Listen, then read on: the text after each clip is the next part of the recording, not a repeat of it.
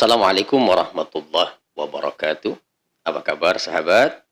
Jumpa kembali di channel Abu Zulfa. Insyaallah kita lanjutkan kembali kisah tentang Abu Bakar. Seperti apa? Nah, mari kita ikuti. Syekh Abu Naim, penyusun kitab Hilyatul Aulia, beliau mengatakan bahwa salah satu karakter dari Abu Bakar As-Siddiq itu adalah orang yang sangat memenuhi janjinya.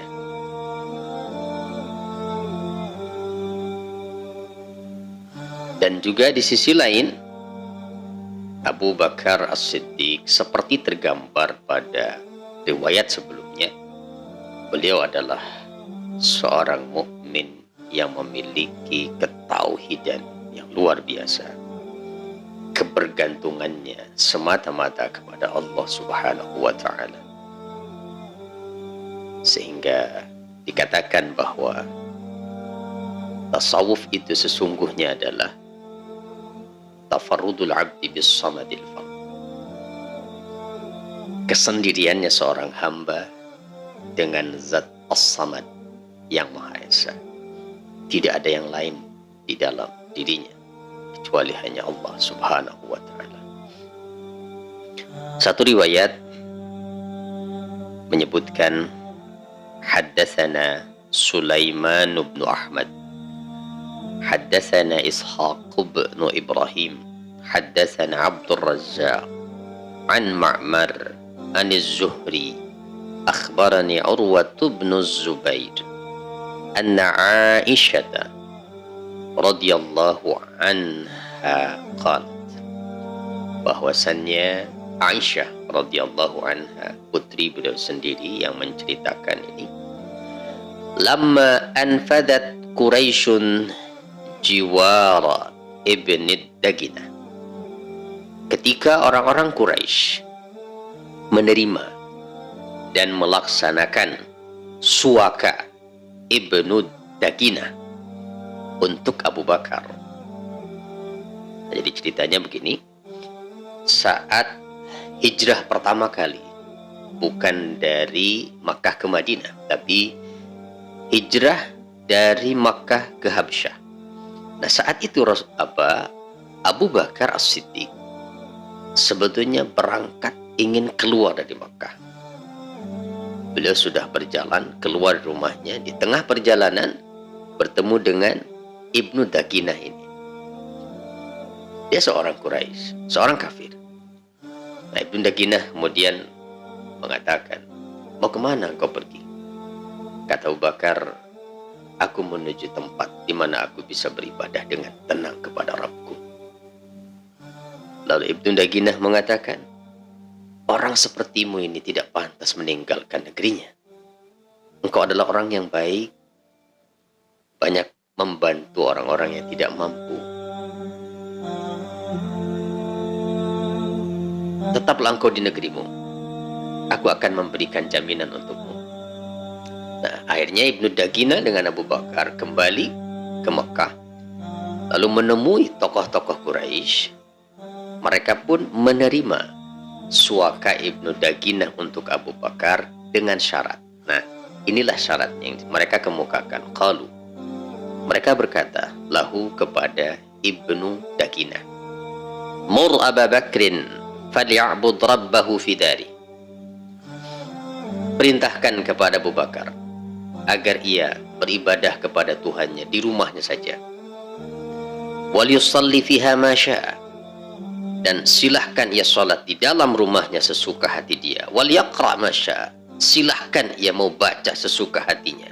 Wala yu'zin wala yu'zina wala yasta'linu bis salati wal qira'ati fi ghairi dari. Tapi ingat, kata mereka, jangan ganggu kami dan jangan pernah melakukan sholat dan baca Al-Quran terang-terangan selain di rumahnya. Maka Abu Bakar pun menerima syarat itu. Beliau melakukan seperti yang disyaratkan oleh mereka. Thumma badalahu fabtana masjidan bifina'i dari. Nah, setelah itu berjalan, kemudian terpikir di benaknya Abu Bakar, kenapa beliau tidak membuat satu tempat sholat saja di teras rumahnya. Lalu beliau pun membuat, lalu sholat di sana, membaca Al-Quran. Dan ternyata fatastafu alaihi nisa'ul musyrikin. Hal itu mengundang perhatian kaum wanita musyrikin. Mereka penasaran dengan apa yang dilakukan Abu Bakar, termasuk anak-anak mereka. Yata'ajjabuna minhu wa yanzuruna ilaih. Bahkan mereka terheran-heran dan bisa juga kagum artinya dengan bacaan yang dibaca oleh Abu Bakar, sebab terdengar.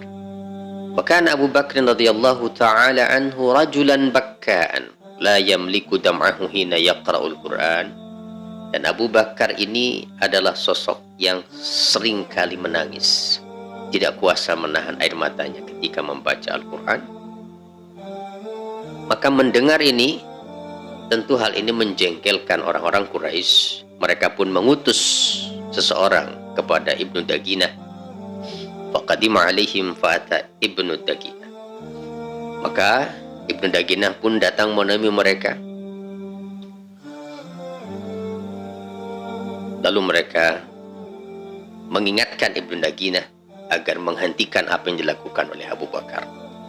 Maka Ibnu Daginah pun datang menemui Abu Bakar lalu mengatakan, "Ya Abu Bakar, qad alimta alladhi aqadtu laka alayh." Abu Bakar, engkau tahu perjanjian yang berlaku antara kita atas suaka yang aku berikan padamu itu. Fa imma an taqtasira ala dhalik wa imma an tarji'a ila zimmati. Terserah, kata dia, pilihannya sekarang engkau abaikan perjanjian itu, atau kamu kembali pada suakaku, tapi tinggalkan semua ini. Jangan ada tempat sholat di teras rumahmu, di dalam rumah saja kamu sholat. Kira-kira begitu. Fa inni la uhibbu an tasma'al Arab inni ukhfiru fi 'aqdi rajulin aqadtulah. Karena kata dia, aku tidak mau orang Arab mendengar bahwa aku mengingkari janji dengan seseorang. Maka Abu Bakar dengan tegas mengatakan, fa inni aruddu ilaika jiwara wa arda bi jiwarillahi wa rasulih